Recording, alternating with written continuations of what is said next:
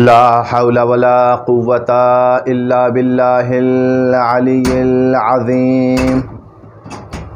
अऊज़ु बिल्लाहि मिनश शैतानिर रजीम। बिस्मिल्लाहिर रहमानिर रहीम। अल्हम्दुलिल्लाहि रब्बिल आलमीन। अस्सलातु वस्सलाम व तहय्यतु वल इकराम अला महबूब रब्बिल मशरक़ैन वल मग़रिबैन मौलाना व मौलल कौनैन जद्दिल हसन वल हुसैन बिल क़ासिम मुहम्मद। अल्लाहुम्मा सल्लि अला मुहम्मद व आलि मुहम्मद व अज्जिल फ़रजहु व अला अहले बैतिहिल अत्यबीनल अतहरीनल मासूमीन व लअनतुल्लाहि अला अअदाइहिम अजमईन मिन यौम अदावतिहिम इला क़ियाम यौमिद्दीन। अम्मा बाद। क़ाल अल्लाहुल हकीम फ़ी किताबिहिल करीम। बिस्मिल्लाहिर रहमानिर रहीम।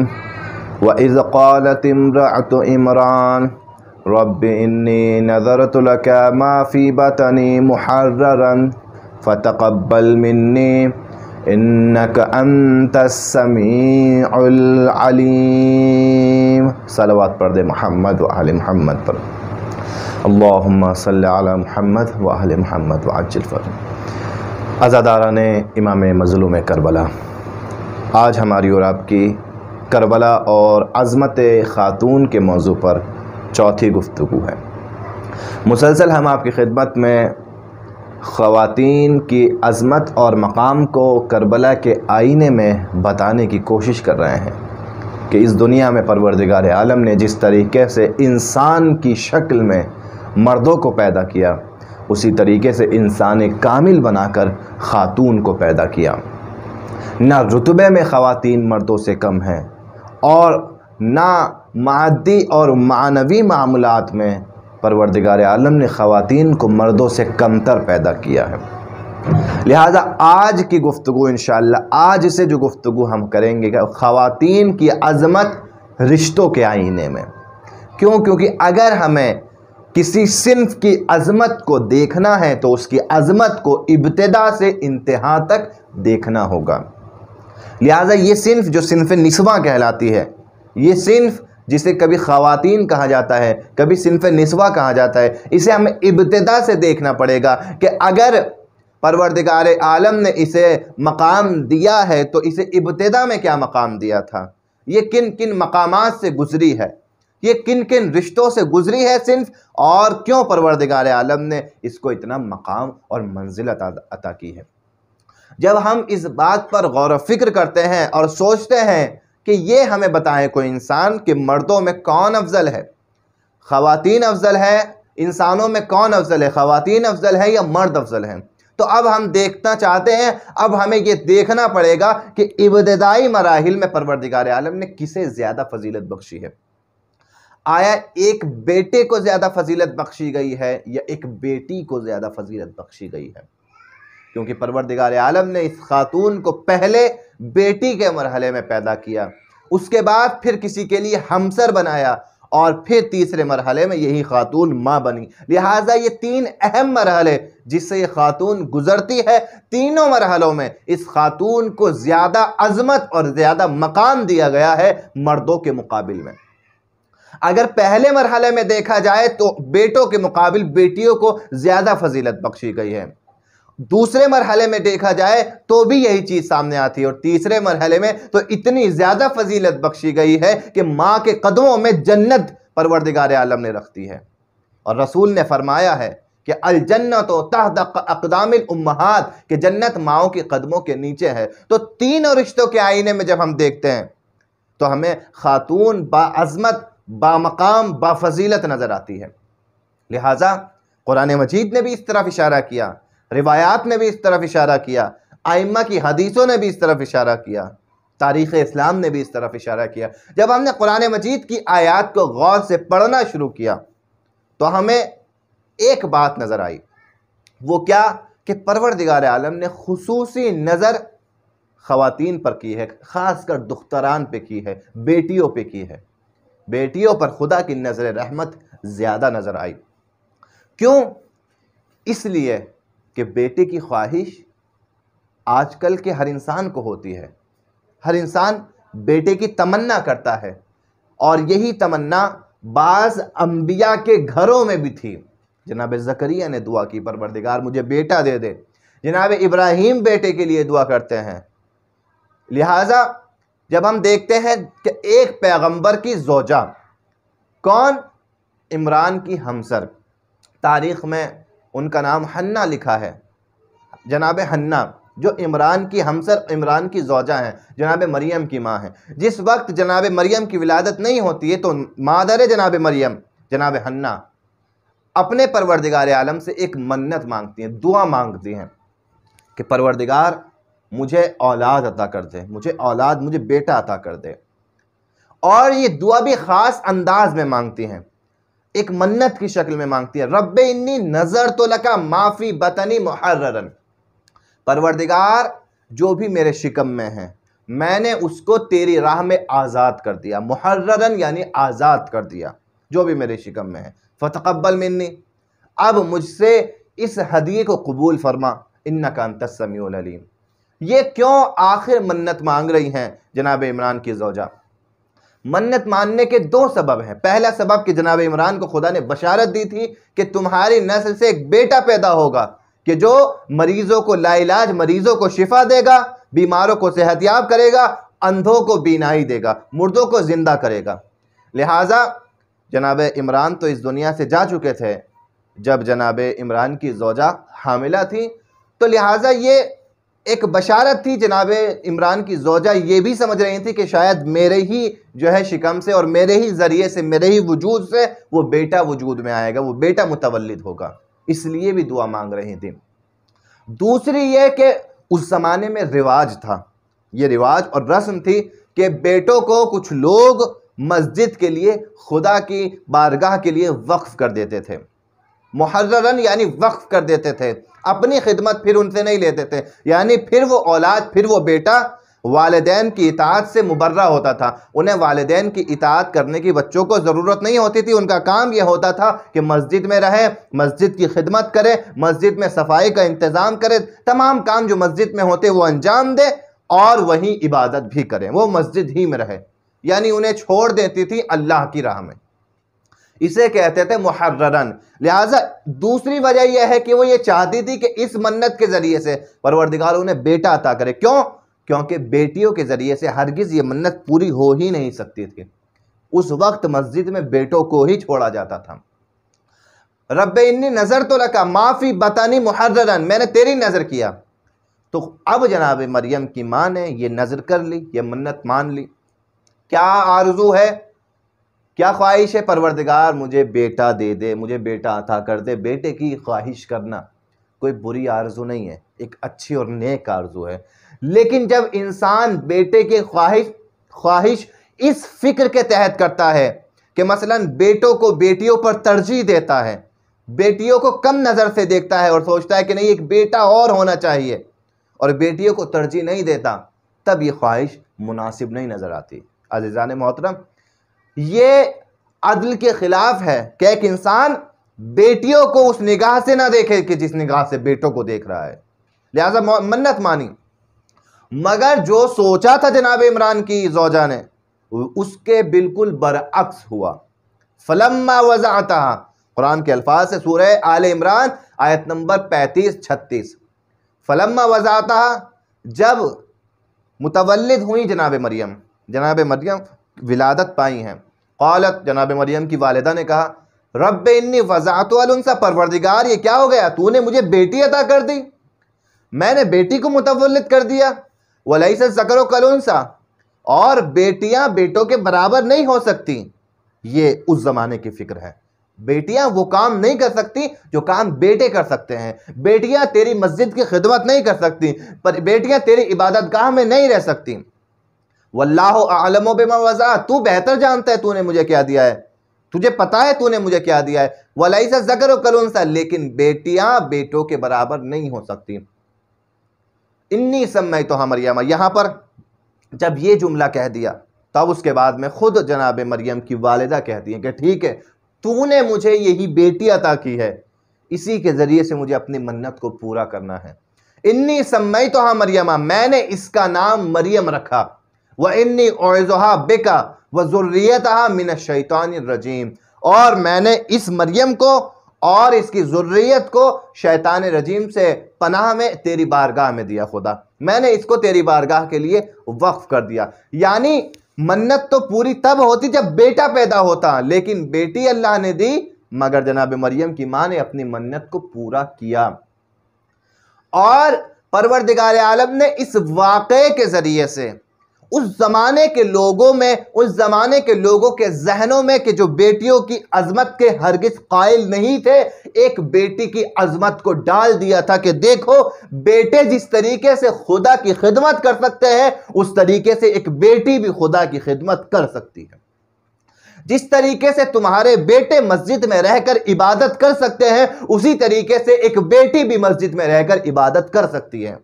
जिस तरीके से तुम्हारे बेटे तुम्हारे लिए सबब इफ्तिखार बन सकते हैं, तुम्हारे बेटे तुम्हारे सर को बुलंद जमाने में कर सकते हैं, तुम्हारी बेटियां भी तुम्हें जमाने में सर बुलंद कर सकती हैं। और वही सर बुलंदी जनाब मरियम ने अपनी वालिदा को अता की कि जब जनाब मरियम मस्जिद में रही हैं, बहुत मुश्किल थी जनाब मरियम के लिए मस्जिद में ज़िंदगी, लेकिन जनाब मरियम मस्जिद में रही है और इफ्तिखार जनाब मरियम की वालिदा को मिला, सरबुलंदी अल्लाह ने उनको अता की। वकफ़लहा ज़करिया, और किफ़ालत किसको दी गई? ज़करिया को। फ़तक़ब्बलहा रब्बुहा बिक़बूलिन हसनिन, परवरदिगार आलम ने इस मन्नत को कबूल कर लिया, यानी जनाब मरियम को अपनी खिदमत के लिए कबूल कर लिया। और कबूल भी कितने खूबसूरत अंदाज से किया। फ़कफ़लहा ज़करिया, और ज़करिया को किफ़ालत बख्शी। ज़करिया अल्लाह के पैगंबर, यानी एक पैगंबर को जिम्मेदार बना दिया कि मस्जिद में इसकी किफ़ालत तुम करोगे।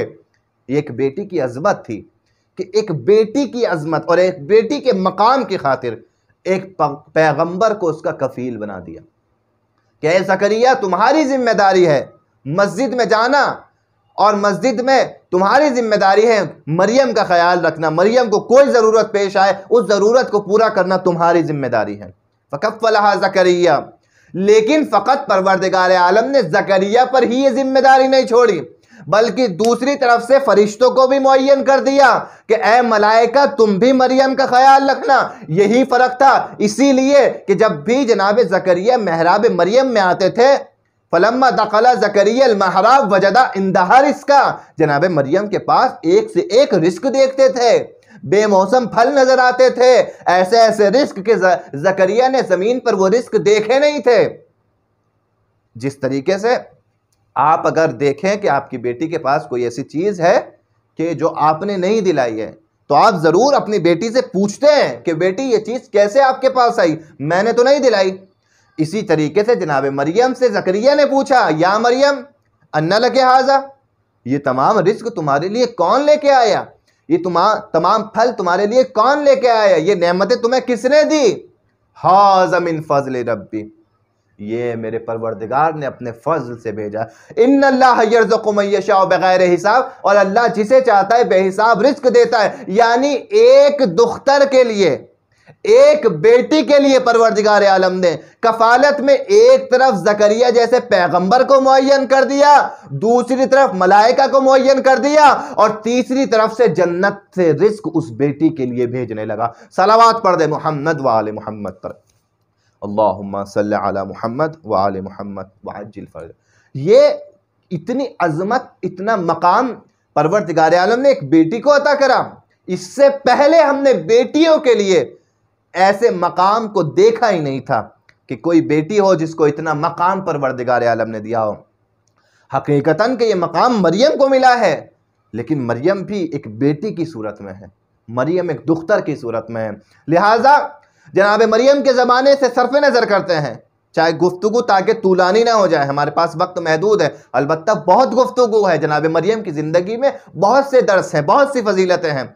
लेकिन जनाब मरियम अलैहिस्सलाम की ज़िंदगी में उस ज़माने में बेटी की अजमत को परवरदिगार आलम ने बताया लोगों के लिए, लेकिन इससे भी ज्यादा खतरनाक और वहशी जमाना जाहिलियत का जमाना, अरब की वो जाहिलियत कि जहां बेटी का होना शर्मिंदगी का सबब समझा जाता था, जहां पर जिसके बेटी पैदा होती थी वो अपना मुंह छुपा के फिरता था, जहां पर बेटी की खबर अगर बाप को दी जाती थी उसके चेहरे का रंग उड़ जाया करता था।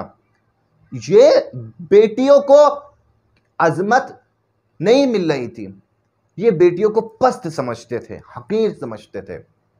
और यही नहीं, अपने दस्तरखान पर बेटियों के साथ खाना खाना पसंद नहीं करते थे, लिहाजा डरते थे, बेटियों को अपने घर में रखने से डरते थे। और अगर बेटी पैदा हो जाती थी तो बेटी को जिंदा दरगौर कर दिया करते थे, जिंदा दफना दिया करते थे। ये एक ऐसा काम था अरब की जाहिलियत में कि जो एक बहुत ही ज़्यादा वहशी काम था। इसको और अगर कोई भी अंजाम दे तो यकीनन आप जो है उससे वहशत करेंगे कि एक बेटी जो अल्लाह ने अता की है उसे जिंदा कब्र के हवाले कर दिया, कब्र में जिंदा दरकोर कर दिया। और इसी अमल की तरफ परवरदिगार आलम ने बेअय्यि ज़ंबिन क़ुतिलत, इस आयत में इशारा फरमाया है कि जो बेटियां जिंदा दरगोर कर दी गई क़यामत के दिन उनको भी उठाया जाएगा और उनसे पूछा जाएगा कि तुम बताओ तुम्हें किस बिना पर कत्ल कर दिया गया, तुम्हें क्या फ़कत इसी बिना पर मारा गया कि तुमको अल्लाह ने बेटी बनाया था। यह अज़ीज़ान मोहतरम, ज़माना बदल गया मगर लोगों का मिजाज नहीं बदला। वो अरब का जाहिलियत का दौर था जहां बेटी पैदा होने के बाद बेटियों को जिंदा दफन कर देते थे, और ये आज मॉडर्न जाहिलियत का दौर है जहां पर पहले ही पता लगा लिया जाता है कि बेटा है ये बेटी, और अगर बेटी होती है तो अबॉर्शन करवा लिया जाता है। जिस तरीके से वो बाप गुनहगार था उस तरीके से ये बाप भी गुनहगार है, और इसके ऊपर दियत वाजिब है। जो कोई किसी भी वजह से, अगर बेटी की वजह से अगर कोई अबॉर्शन कराता है, अगर कोई मसला है, डॉक्टरी मसला है, खतरा है, वो अलग बात है, लेकिन अगर फ़कत इस वजह से बेटी का अबॉर्शन कराता है या किसी अपनी औलाद का अबॉर्शन कराता है, अपनी औलाद को सख्त कराता है शिकम में, उसके ऊपर दियत वाजिब है, एक कत्ल की दियत, वो एक कत्ल की दियत देगा। तो परवरदिगार आलम ने उस जमाने में कि जब बेटियों को इस काबिल नहीं समझा जाता था कि जिंदा दरगौर कर दिया जाता था, उस जमाने में अपने रसूल को फजीलत बख्शी। किसके जरिए से फजीलत बख्शी? इन्ना आतैना कल कौसर, ऐ रसूल हमने तुझे कौसर अता किया, यानी हमने तुझे फातिमा जहरा अता की। लिहाजा ये रसूल सारी दुनिया में बाफजीलत रसूल है। सारी दुनिया में इस रसूल की सबसे बड़ी फजीलत यही है कि इस रसूल की नस्ल एक बेटी के जरिए से चली है। सलवात पढ़ दे मोहम्मद व आले मोहम्मद पर, अल्लाहुम्मा सल्ली अला मुहम्मद व आले मुहम्मद। लिहाजा जिस तरीके से रसूल को ये बेटी अता की गई उस तरीके से रसूल खुदा ने बेटी का एहतराम भी किया। उस जमाने में जहां लोग बेटियों को अपने पास नहीं बिठाते थे, वहां ये बाप अपनी बेटी के एहतराम में खड़ा हो जाया करता था, अपनी बेटी को अपनी मसनद पर बिठाते थे रसूल खुदा। जहां एक बाप अपनी बेटी की वजह से शर्मिंदगी महसूस करता था, वहां यही रसूल थे कि जो कहते थे फातिमा तो बज़अतुम मिन्नी, फातिमा मेरा टुकड़ा है, फातिमा मेरा हिस्सा है। ये समझाने के लिए कहते थे कि जमाना समझ ले कि चाहे तुम्हारा बेटा हो या तुम्हारी बेटी हो, वो तुम्हारा ही एक हिस्सा है, कोई गैर नहीं है, वो तुम्हारा हिस्सा है, उसको तुम अपना हिस्सा, अपना जुज़ समझो। लिहाजा ये कुरान की निगाह से जब हमने बेटियों की अजमत को देखा तो हमें ये अजमत नजर आई, लेकिन जब हम रसूल की निगाह से देखते हैं तो रसूल फरमाते हैं निअमल वलदो अल बनात, बेहतरीन औलाद बेटियां हैं। बेहतरीन औलाद, बेटे बेहतर हैं लेकिन बेटी बेहतरीन है। हो सकता है कि बेटा बेहतर साबित हो जाए लेकिन बेटियां हमेशा बेहतरीन साबित होती है। मैं कह दूं तो आप ना माने, आपका हक है, लेकिन रसूल कह रहे हैं, रसूल खुदा का इरशाद है निअमल वलद वल बनात, बेहतरीन औलाद अगर कोई है तो बेटियां हैं। क्यों? क्योंकि ये बेटियां खिदमत गुजार होती हैं बाप की, बाप का ख्याल रखती हैं और बाप के लिए बड़ी मेहरबान होती हैं। लिहाजा बेहतरीन औलाद की सनद अगर परवरदिगार आलम ने दी तो बेटियों को दी।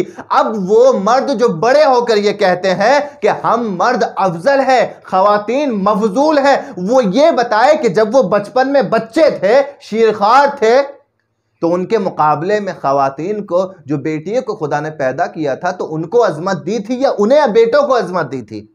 रसूल खुदा तो फरमा रहे निअमल वलदो अलबनात, बेहतरीन औलाद बेटियां हैं।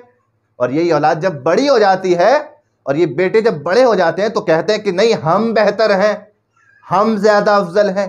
नहीं अज़ीज़ान मोहतरम, हम क्यों कहें? हम जो समझ रहे हैं वो ज़्यादा अहम और इम्पॉर्टेंट नहीं है, रसूल जो कहें वो इम्पॉर्टेंट है। इन्नल्लाह तबारक व तआला अला उनासिन अर्सु मिन्हु अला ज़ुकूर, परवरदिगार आलम दुख्तरान पर, बेटियों पर ज़्यादा मेहरबान है बेटों के बमुकाबिल। यानी खुदावंद आलम बेटियों पर ज़्यादा मेहरबानी के साथ पेश आता है।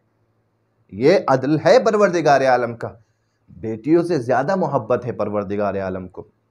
फ़कत एक बाप को बेटी से ज़्यादा मोहब्बत नहीं होती, परवरदिगार भी बेटियों से ज़्यादा मोहब्बत करता है। इसीलिए कहा गया कि जो 2 बेटियों की तरबियत करे, जो 3 बेटियों की तरबियत करे, उसके लिए जन्नत वाजिब है। बाज़ रिवायात में 2 बेटियों के लिए, बाज़ रिवायात में हत्ता एक बेटी की तरबियत, एक बेटी की तरबियत पर भी इंसान जहन्नुम से आज़ाद हो जाता है, और उस बेटी की वो तरबियत जहन्नुम के मुकाबिल में उस इंसान की सिपर बन जाया करती है। क्यों ये फजीलत हमें बेटों के लिए नज़र नहीं आती? बेटियों को खुदा ने एक अजीम मकाम दिया है जो हमें समझना चाहिए वाक़ईन। अब हम इमाम जाफ़र सादिक अलैहिस्सलाम की हदीस देखते हैं। इमाम जाफ़र सादिक अलैहिस्सलाम ने अपने एक चाहने वाले को देखा कि जो गमगीन था, परेशान था। इमाम ने पूछा परेशान क्यों हो? कहा मौला कई बेटियों का बाप हूँ, आज फिर से मेरे घर में विलादत हुई है और आज मुझे बहुत उम्मीद थी कि परवरदिगार मुझे बेटा देगा, मगर आज फिर परवरदिगार आलम ने बेटी दी है, इसलिए नाराज़ हूँ। अल्लाह अकबर। वो कौन से बाप होते हैं जो बेटियों के होने पे नाराज़ हो जाते हैं? लिहाजा नाराज़ हूँ। मौला ने कहा क्यों नाराज़ हो? कहा मौला आप तो जानते हैं कि बेटे जो काम कर सकते हैं वो बेटियां नहीं कर सकती। मौला ने एक सवाल पूछा, कहा ये बताओ, एक परवरदिगार आलम तुम्हें एक हदिया देना चाहता है, एक गिफ्ट देना चाहता है, एक मौका दिया है परवरदिगार आलम ने कि वो ख़ास तुमको कुछ अता करेगा। तुम्हारे पास 2 ऑप्शन है, 2 रास्ते हैं। 2 रास्ते ये हैं कि या तो तुम खुद बता दो कि तुम्हें क्या चाहिए, या ये कह दो कि परवरदिगार तू जो देना चाहे वो दे दे, मैं उस पर राज़ी हूँ। तो तुम कौन से ऑप्शन को चुनोगे? तुम कौन सा रास्ता इंतखाब करोगे? वो कहता है कि यब्ना रसूल अल्लाह, अगर मैं कुछ मांगूंगा, क्योंकि मेरी फ़िक्र महदूद, मेरा सवाल महदूद, मेरी बात महदूद, लिहाजा मैं जो भी मांगूंगा वो महदूद होगा। मैं कह दूंगा परवरदिगार जो तेरे ख़जाने से तू बेहतर समझे वो दे दे। क्योंकि तू ला महदूद, तेरी अता ला महदूद, तेरी बख्शिश ला महदूद। ये वही बात हो गई कि जैसे एक इंसान एक बादशाह के दरबार में जाए और जाने के बाद बादशाह को तवक्को हो उस इंसान से कि मुझसे सवाल करे, मैं इसे ख़जाने देने के लिए तैयार हूँ, मैं इसे बहुत सारे जवाहरात देने के लिए तैयार हूँ। और उस बादशाह के दरबार में खड़ा होने के बाद वो 100 रुपये मांग ले, तो लोग हंसेंगे कि तुम बादशाह के दरबार में खड़े हो। तो क्या कहूँ? कहा कह दो कि बादशाह जो तू देना चाहे अपने ख़जाने से, तू बड़ा सखी है, जो तू देना चाहे दे दे। इसने भी यही जवाब दिया, इब्न रसूलुल्लाह मैं कहूँगा परवरदिगार जो तू देना चाहे वो दे दे। इमाम मुस्कुराए, कहा बस वही तो दिया है कि जो उसे देना था। अब अगर जो वो देना चाहता था वो हदिया तुम्हें दे दिया है तो इस पर नाराज़ क्यों हो, इस पर गमगीन क्यों हो, परेशान क्यों हो? खुदा का शुक्र करो, और शुक्र करो। और क्या फरमाया? मौला फरमाते हैं, मौला की हदीस है, अल बनून नईम, बेटे नेमत हैं, वल बनात हसनात, लेकिन बेटियां हसनात हैं, नेकियां हैं। और परवरदिगार आलम वल्लाहु यसअलु अनिन नईम, रोज़े क़यामत नेमत के बारे में सवाल करेगा। बेटे नेमत है ना, क़यामत में परवरदिगार नेमत के बारे में सवाल करेगा। वह युज़बितु अलल हसनात, लेकिन हसनात के बारे में सवाल नहीं होगा, हसनात पर परवरदिगार अजर व सवाब अता करेगा।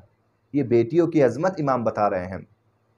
अज़ीज़ान मोहतरम, रिवायत है कि जब आप बाहर कहीं जाओ और घर वापस आओ तो अपने बच्चों के लिए कुछ लेके आओ, और बच्चों में भी सबसे पहले अपनी बेटी को कुछ देना। अगर घर में तुम दाखिल हुए हो और घर में तुम्हारे बेटे भी हैं, बेटियां भी हैं, तो बेटों को पहले मत देना, पहले बेटी को उसका हदिया देना, फिर बाद में बेटों को देना। और कभी भी अपने घर खाली हाथ ना जाना, कि तुम्हारा हाथ खाली हो, तुम बेटी के लिए कोई हदिया ना लेके जाओ, कोई गिफ्ट ना लेके जाओ। ये हुक्म शरई है, ये अखलाक इस्लामी है कि जब भी तुम का घर वापस जाओ कहीं सफ़र से, तो अपनी बेटी के लिए हदिया ज़रूर लेके जाना, अपनी बेटी के लिए गिफ्ट ज़रूर लेके जाना। ये अज़मत परवरदिगार आलम ने बेटी को बख्शी है। लिहाजा अज़ीज़ान मोहतरम, हम अपनी बेटियों के लिए इस चीज़ को तसव्वुर करें कि जब हम बाहर जाएं तो हम सोचते हैं कि अपनी बेटी के लिए कुछ ना कुछ लेके जाएं, हदिया लेके जाएं, गिफ्ट लेके जाएं। लिहाजा कायनात के सबसे अफजल रसूल हज़रत मोहम्मद मुस्तफ़ा सल्लल्लाहु अलैहि वसल्लम भी इसी तरीके से अपनी बेटी के लिए हदिया लेके जाते हैं। लिहाजा कायनात का रसूल सबसे अफजल है। अपने उस्ताद मोहतरम का नुक्ता, कमर गाजी साहब का नुक्ता आपकी खिदमत में पेश कर रहा हूँ कि ये जुमला वो पढ़ा करते थे कि रसूल सबसे अफजल है। रसूलों में, मर्दों में, ख़वातीन में रसूल की बेटी सबसे अफजल है।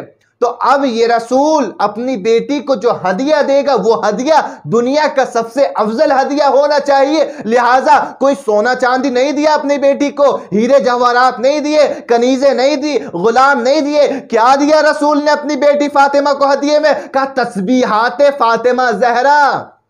ए फातिमा 34 मरतबा अल्लाहु अकबर, 33 मरतबा अल्हम्दुलिल्लाह, 33 मरतबा सुबहान अल्लाह। ये तस्बीह नहीं है, ये कायनात का वो सबसे अफजल हदिया है जो रसूल ने फातिमा जहरा को दिया है। और क़यामत तक हर मौला का चाहने वाला नमाजों के बाद इस हदिये से फैज़ हासिल करता है। ये परवरदिगार आलम का बेहतरीन हदिया है कि जो रसूल ने अपनी बेटी को दिया है। लिहाजा अज़ीज़ान मोहतरम, हमें समझने की ज़रूरत है। हम अज़मत दुख्तरान को समझे, बेटियों की क्या अज़मत है, और बेटियों की अज़मत अगर समझ में आ जाए तो हम बेटियों की अज़मत के ज़रिए से समझ सकते हैं कि परवरदिगार आलम ने ख़वातीन को क्या अज़मत बख्शी है, क्या बुलंद मकाम अता किया है। लिहाजा जब हम देखते हैं, रिवायात का मुशाहिदा करते हैं, तो इमाम हुसैन अलैहिस्सलातु वस्सलाम भी अपनी बेटी से बहुत मोहब्बत करते थे, बहुत ज़्यादा मोहब्बत करते थे।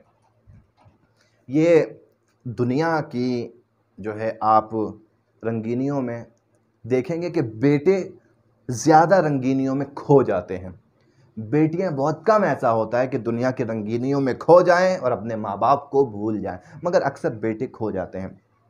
हमसे खुद, क्योंकि हिंदुस्तान में जब मुख्तलिफ़ जगह पर तबलीग के लिए हम रहे हैं, कुछ लोग वाक़ई आके कहते थे कि मौला बड़े परेशान हुए, बहुत परेशानियों से गुजरे हैं। 4 बेटे थे, 5 बेटे थे, किसी ने साथ नहीं दिया। बेटी ने बहुत साथ दिया, बेटी ने बहुत खिदमत की।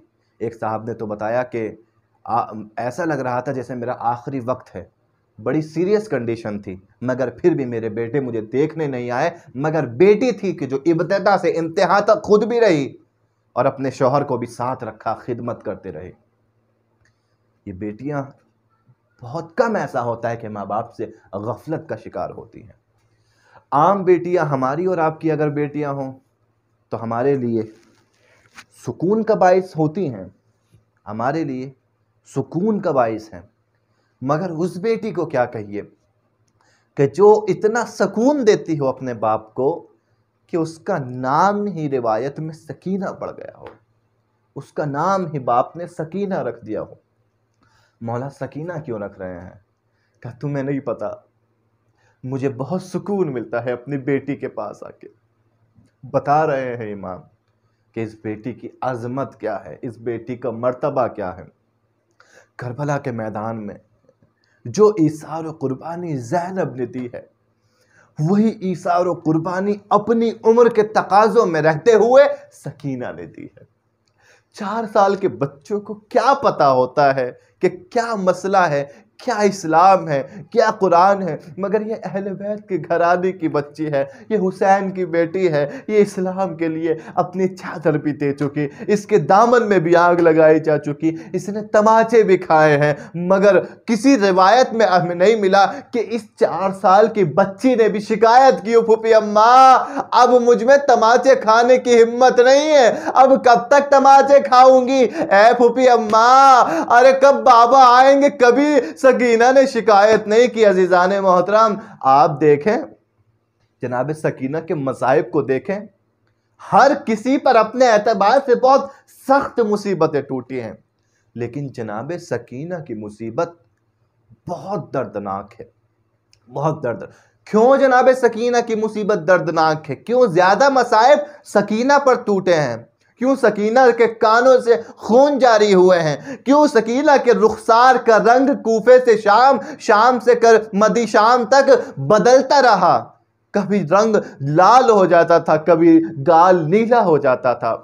क्यों आखिर सकीना इस तरीके से चलती थी कि एक पैर को उठाती थी, एक पैर को जमीन पर रखती थी, फिर कुछ देर बाद दूसरे पैर को उठाती थी और दूसरे पैर को जमीन पर रखती थी? ये क्यों आखिर फौज अशकिया सकीना को इतनी अजियतें दे रही थी? क्योंकि इस फौज को पता था कि सकीना हुसैन के सुकून का बाइस है, सकीना की वजह से हुसैन सुकून पाते हैं, लिहाजा जितनी अजियतें सकीना को दी जाएंगी उतनी सकीना के जरिए से हुसैन को अजियतें पहुंचेगी। यही वजह थी जब शाम गरीबा सकीना मैदान में आई तो हुसैन से बर्दाश्त ना हुआ। अरे कटे सर लाशे से आवाज आई, या मुनैया इलैया इलैया, मेरी बच्ची मेरे पास आ जा, मैं तुझे अपने सीने पे सुला लूं। हुसैन ने सकीना को सीने पे सुलाया, मगर वो बहन जिसके हवाले सकीना को किया था वो तलाश करती करती सकीना को हुसैन के लाशे तक आ गई। ये पहली मंजिल थी। जब बाप बेकरार हो गया अपनी बेटी को रोता देखकर, हमने इस सफर में और कई मंजिलें देखी। काफिला रुक गया, सैयद सज्जाद रुक गए। क्यों रुक गए? कानों के नेजा पर हुसैन का सर है जो आगे नहीं बढ़ता। सज्जाद, अरे सैयद सज्जाद के तुर्रे लगाए गए। बाबा, अरे क्या बात है, आखिर क्यों आप आगे नहीं बढ़ते हैं? हुसैन ने कहा, सज्जाद अरे जरा पीछे देखो, मेरी बेटी सकीना अरे नाके से जमीन पर गिर गई। अब जो देखा, अरे सकीना जमीन पर है। ज़ैनब सकीना को तलाश करती हुई निकली, देखा कि कोई बुर्का पोश खातून है कि जो सकीना को गोद में लिए बैठी है। एक मर्तबा सकीना को लिया, कलेजे से लगाया और पूछा कि खातून तुम्हारा शुक्रिया, तुम कौन हो जो मेरी सकीना को आगोश में लेके बैठी हो? एक मर्तबा फातिमा ज़हरा ने अपने चेहरे को नुमाया किया है, बेटी अरे मैं तेरी माँ फातिमा, अरे मेरा दिल भी बेचैन हो गया। हुसैन की सकीना नाके से जमीन पर गिर गई। सयालमुल्लज़ीना ज़लमू अय्युमुन क़लबी यनक़लिबून।